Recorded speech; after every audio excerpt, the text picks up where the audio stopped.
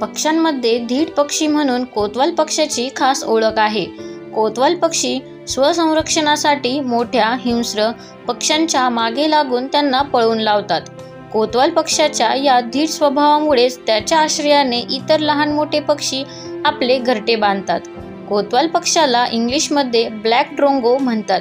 याचे शास्त्रीय नाव डिस्कर्सस मायक्रोसेरस आहे. कोतवाल पक्ष्याच्या 30 प्रजाती आहेत.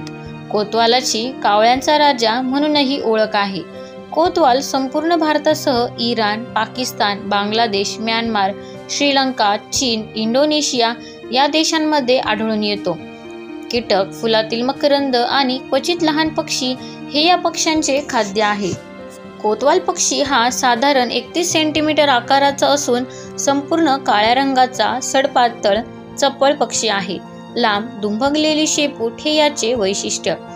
कोतवाल नर मादी दिसायला सारखेच असतात.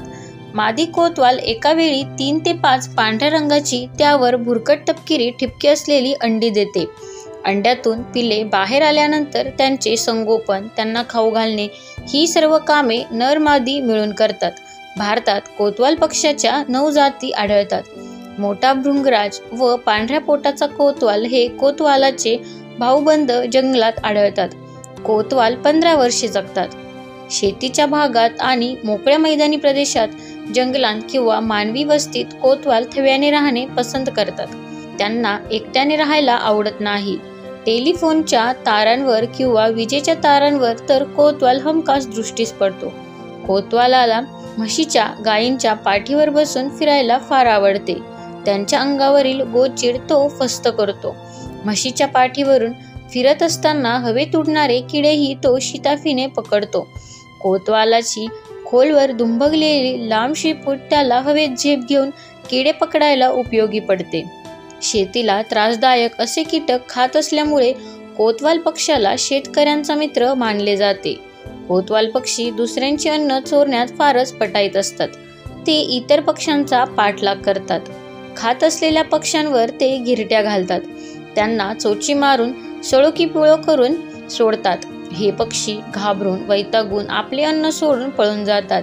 मग कोतवाल मस्तपणे त्या अन्नावर डल्ला मारतात. कोतवाल प्रामुख्याने शांत असतो, पण मध्येच मोठ्याने आणि विचित्र आवाज काढतात.